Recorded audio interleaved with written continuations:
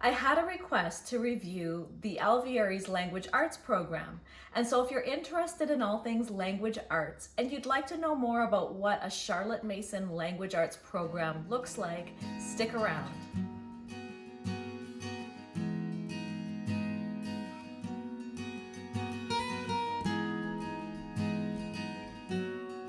I want to be upfront to let you know that I am not using the Alveary's Language Arts program. There is nothing wrong with the Alveary's program. It's an excellent program and it definitely sticks to Charlotte Mason's philosophies when it comes to language arts. They really follow her philosophies and methods to a T. But the reason for that is that in the area of language arts, I prefer a classical method of teaching.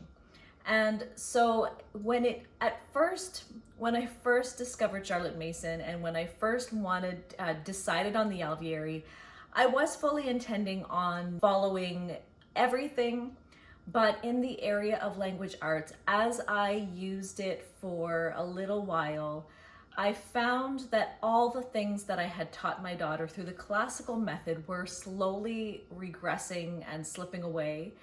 And I just found that her abilities, her writing skill and things like that were a bit more thorough and probably, I would say, advanced in comparison to Charlotte Mason's approach. Charlotte Mason's approach is very gradual and incremental and really allows the students to explore their writing skill and their writing craft on their own, rather than being told this is what good writing is and this is not good writing, if that makes any sense to you. Whereas the classical model really says, like, this is a good piece of work, copy it, learn how to write like this. And so that is not everybody's philosophy. And so if you really truly want to implement Charlotte Mason's method, which by the end, if you look, I will go over their language arts program with you up till grade 12. By the end, they really will be successful writers. It's just that in the moment, what I had taught my daughter from grades 1 up to grade 4, it felt like a regression. It felt like we were kind of going backwards a little bit. And so we just decided to continue pursuing what she already was thriving in and what was working for her and she enjoyed. So that being said, so the Alveary's is a Charlotte Mason curriculum and they follow all of Charlotte Mason's philosophies and methods. The Alveary is run by the Charlotte Mason Institute, and so they have a whole team, a whole staff that ensures that the Alveary is very rigorous and true to Charlotte Mason. So they are still just as true when it comes to their language arts program. And so let me describe to you, I'd like to just give you a brief sort of overview of what each grade and show you what that incremental process looks like. So in grade 1, they will begin with reading, penmanship, copywork, and I also like to include, so in their language arts lesson plans, they don't include the literature guide, but for me, literature is part of language arts. So I will include that part of it as well in here, but they are not included in the language arts lesson plans. You have to then download and print the literature guides. But for me, that's all included into the same thing. And you could also say the same thing for poetry and things like that, but they are separate guides. So I won't be going over all the literature picks here, but just to mention as one category, literature, which they also include. So for grade 1, they include reading, penmanship, copywork, and literature, and they would only be focusing on oral narrations as a skill. That would be the same for grade 1 and 2, and you would be building on those foundations in the second grade. They would be gradually increasing on how much they would be orally narrating, and their literature selections would be, slightly longer, a little bit slightly more in depth, that kind of thing. Grade 3 is where there is another change to the language arts program. They would begin adding in written narrations in grade 3. But they would then also have the reading, penmanship, copywork, and literature as well. And they would do a mixture of oral and written narration. I believe in grade 3, they might do about 2 to 3 written narrations in a week, and then the rest would all be oral. In grade 4, grammar is now added in. So in addition to the reading, penmanship, copywork, and written narrations, they are then adding in the subject of grammar. They also add in grade 4 dictation. So dictation, and that all these things will then continue to increase with difficulty with each grade. This continues on for grades 5 and 6. So grade 5 and 6, they would do the grammar, the reading, the penmanship, the copywork, the written and oral narrations, the dictation, and literature selections for each of those grades. Now in grade 7 is where there is a new change. They would be adding in composition. So that is where they are really learning now how to write different forms of composition. And they would continue with copywork and dictation all the way up through to the 8th grade. So they would still have literature, they still have penmanship, copywork and dictation along with their grammar and composition, and they would primarily be doing written narrations at this point.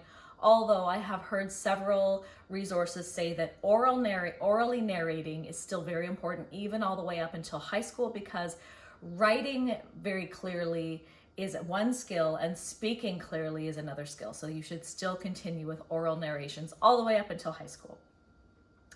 Now so that's grade 7 and 8. In grade 9, there is a new added skill to the language arts program, and that is commonplace notebooking.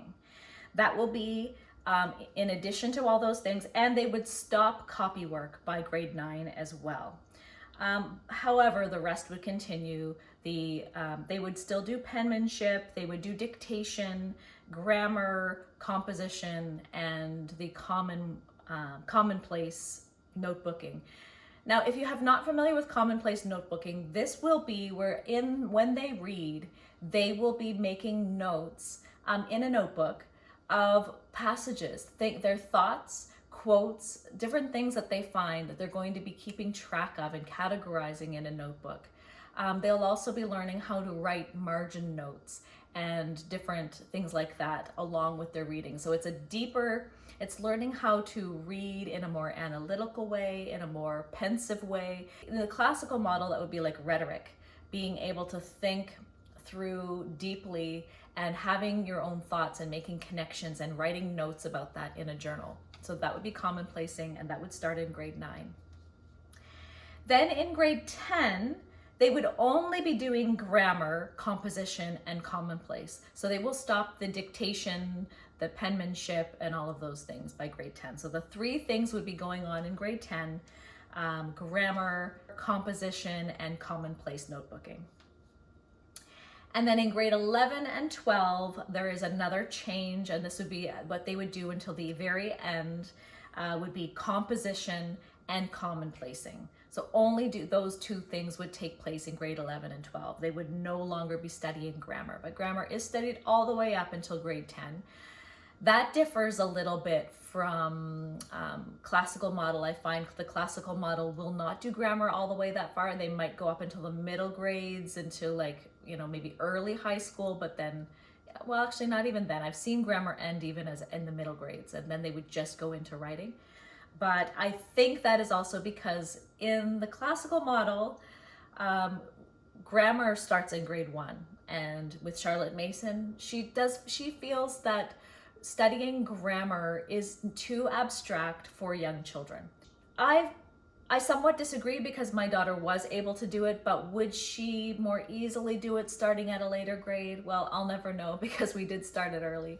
But for those of you who have done language arts, Charlotte Mason's way, where you start in grade 4 or later grades, let me know what your thoughts are on that, and how you have found, have your children thrived in studying grammar and in language arts more so by starting later rather than starting in grade 1 as we have.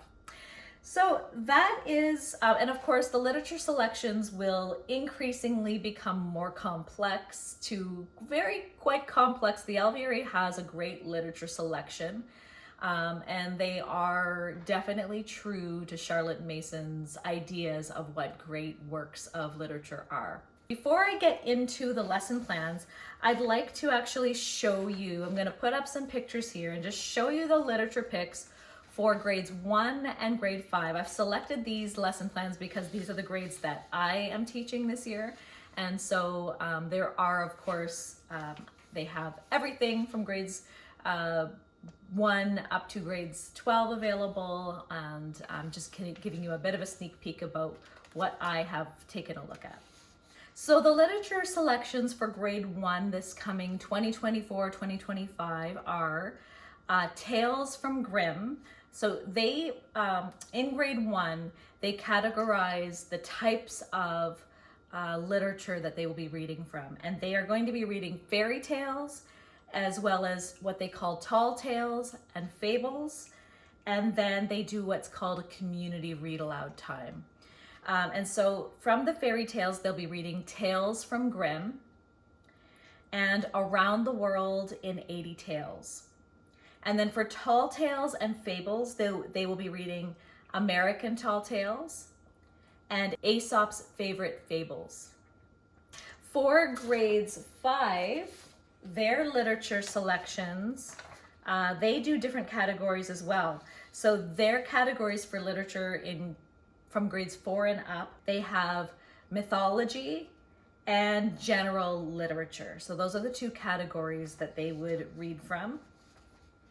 For the mythology literature picks, they have The Age of Chivalry, Iwan de Pereja, and The Age of Fable. And then for the general literature this coming year, they are going to be reading A Single Shard, The Last Mapmaker, and then a few selected essays, which you get in their links. But the general literature picks are generally also chosen to coincide along with their history cycle. So these two books, A Single Shard and The Last Mapmaker, would fit into the time period of 800 to 1650 AD, which is what they're doing this coming year in history. And if you saw my history video, you'll hear all about that. So before I get into the lesson plans and show you a flip through and a sneak peek, I'm going to just show you what the books they are, what books and resources they are going to be using for language arts this coming year. So for grade 1, for reading, they are going to be using what they call the Reading Literature, the Primer, and they have reading lessons level 1. Then they also will be using Beautiful Handwriting for Children for penmanship and copywork. And there's two selections. They have two options for you. If you don't like Beautiful Handwriting for Children, they also have the Getty Dubai Italic Handwriting Book B. So those are their choices for penmanship and copywork. And then, so those, and they have lots of other links within their QR code as well for added resources for those kinds of things. Now for grade 5, they are going to be using, they're going to be studying grammar and dictation. So for grammar, they are going to be doing, so for grade 5, they are going to be using Michael Clay Thompson's language arts curriculum. And in grade 5, they will be using Sentence Island and Practice Island. And so they have those listed. For dictation, the Alveary provides all of the student package for the copywork and dictation passages, as well as recitation. You could also kind of include that in language arts as well, but recitation, they also have a separate guide for that as well. So they write all of those, they include all the passages and things like that that come from the assigned books in their book list. For handwriting, again, they also choose Beautiful Handwriting for Children and Getty Dubai Italic Handwriting Book F. So those are the primary books for their language arts lesson plans.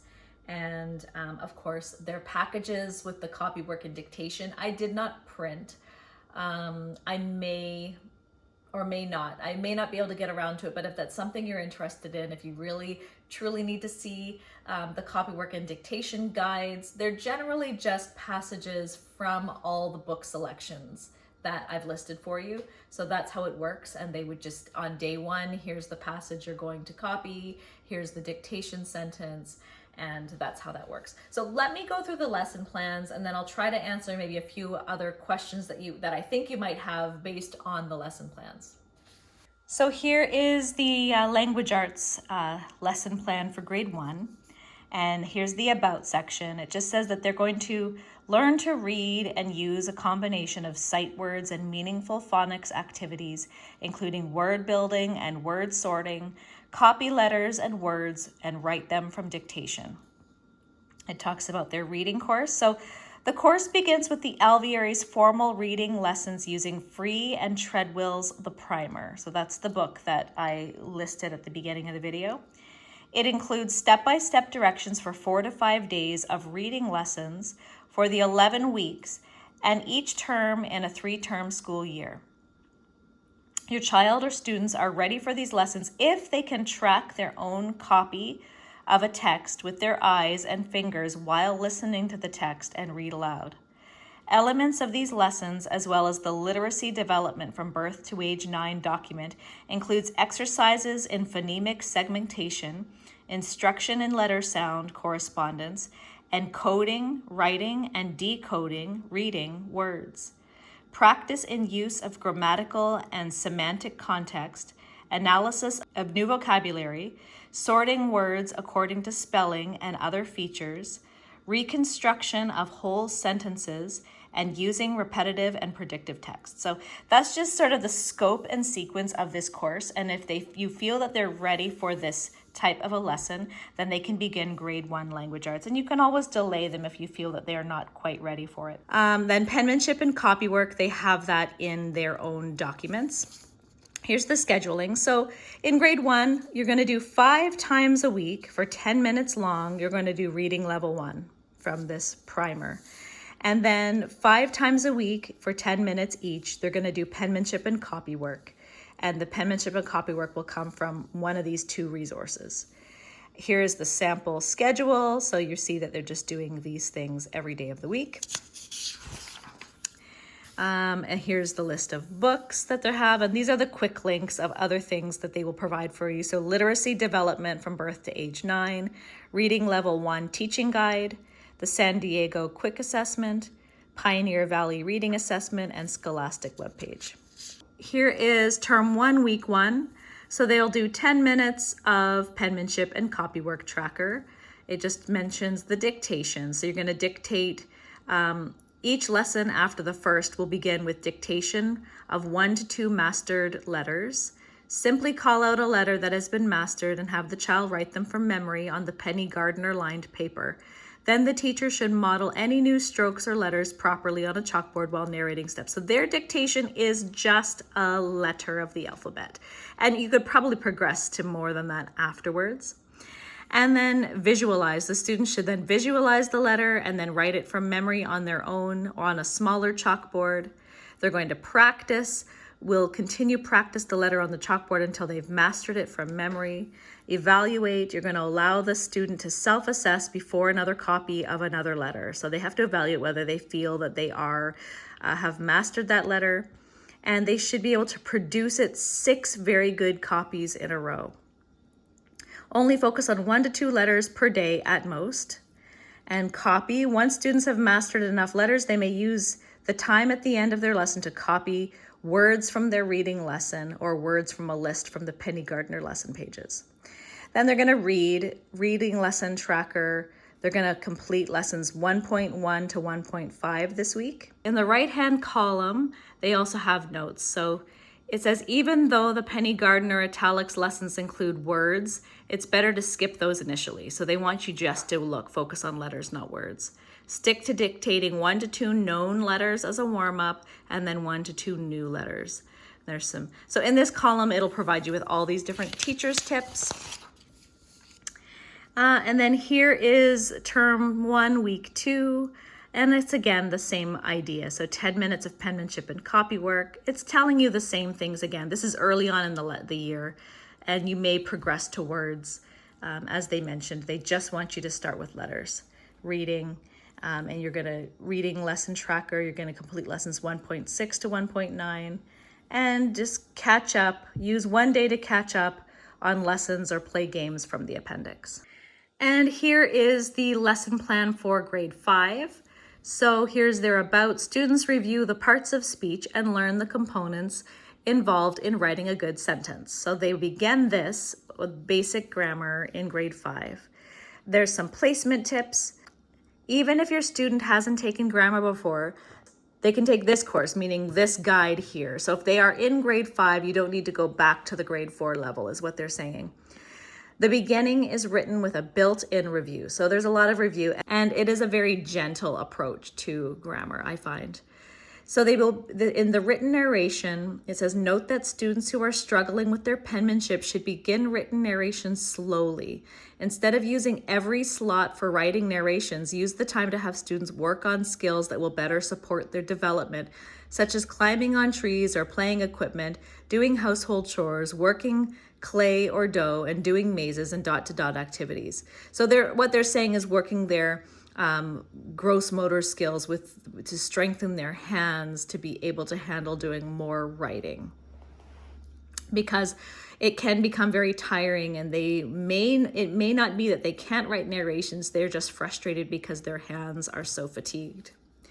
So here is the schedule. So in grade 5, twice a week for 15 minutes, they're going to do grammar, and they're going to be using Sentence Island and Practice Island. Then they're going to do 3 times a week for 15 minutes dictation, and the dictation comes from their guides. 3 times a week for 10 minutes, they're going to do written narrations. So in grade 5, they're only doing 3 written narrations. Oral narrations would follow all of their other reading. And then in grade 5, they will do 5 times a week for 10 minutes of penmanship and copywork. And that comes from, their penmanship and copywork come from one of those 2 listed there. This is a sample schedule, so they will be doing language arts every day of the week. You can see this sample schedule here. Here is the list of all the books that I've mentioned. And then they have some quick links, which they provide you a QR code, or these are clickable links where you can click on their copywork and dictation and open it up immediately, or the Practice Island teacher manual. So they just have different access points that make it easier and more functional to use. Okay, and so this is what term 1, week 1 lesson plan would look like. So they have them beginning with penmanship for 10 minutes, and then they will spend 10 minutes to work on this, the penmanship. It says here, spend first 3 to 5 minutes of your copywork lesson focusing on the penmanship by practicing a few letters in print or in cursive from the Penny Gardner book or the other style of your choice. Then you're going to spend 15 minutes doing dictation. 3 dictation lessons are scheduled each week. In each lesson, there should be time for studying, 10 minutes, and then time for the sentence to be dictated. So they're going to be reading over the passages that will be dictated for about 10 minutes, and then to give them time to learn them, look them over, look at the punctuation, look at the spelling, all those things, then you're going to dictate them. That's one thing to note. If you are unfamiliar with Charlotte Mason, you're probably asking, where are the spelling? This is how dictation is how they learn spelling in Charlotte Mason's method. They are going to learn how to spell by reading passages and reading them over, studying them, and then learning how to write them out correctly the first time. This is the written narration. So they're going to complete 3 written narrations this week. If there's any composition prompts for the week, you may use that instead to make your own variation. So within geography, history, science, there might be some prompts to write a composition, and it's saying to use that for the written portions instead of their guides. Then they're going to be doing 15 minutes of grammar, and then you're going to be introducing the materials Sentence Island and Practice Island. There's a warm-up here where you're going to label the parts of speech, the parts of a sentence, phrases, and clauses, write a comment, check your work, and you're following the structure of the Matthew Clay Thompson, but they just give you which pages you should work on next and all of that. They help pace you out as opposed to the pacing that might be provided in Michael Clay Thompson, or they may be the same, but they're just also pacing it out for you here. I really think that the Alveary does an excellent job of following Charlotte Mason's methods and principles, and they really make it so easy and user-friendly to follow them. You wouldn't really have to know anything at all about Charlotte Mason in order to follow their lesson plans. They just, as you can see, they really spell out everything step by step to make it so user-friendly and open and go. And so for us, the only reason why we haven't decided to use it was because I just didn't even know where to place my children in the program. They would have to go potentially so far ahead. And what we were using was working for us and they were thriving in. And so I decided I wanted to embrace all of it together and do it all, but what we were using was working, and so it was best to stick with that. But I hope I've answered all your questions. If you do have any other questions about the Language Arts program, please comment below. I'd be happy to answer your questions. And if there are any other Alveary subjects that you're interested in, please also let me know, because I'd be happy to make a video on that. But that's all I have for you, and I thank you for watching. I'll see you in the next one. Bye.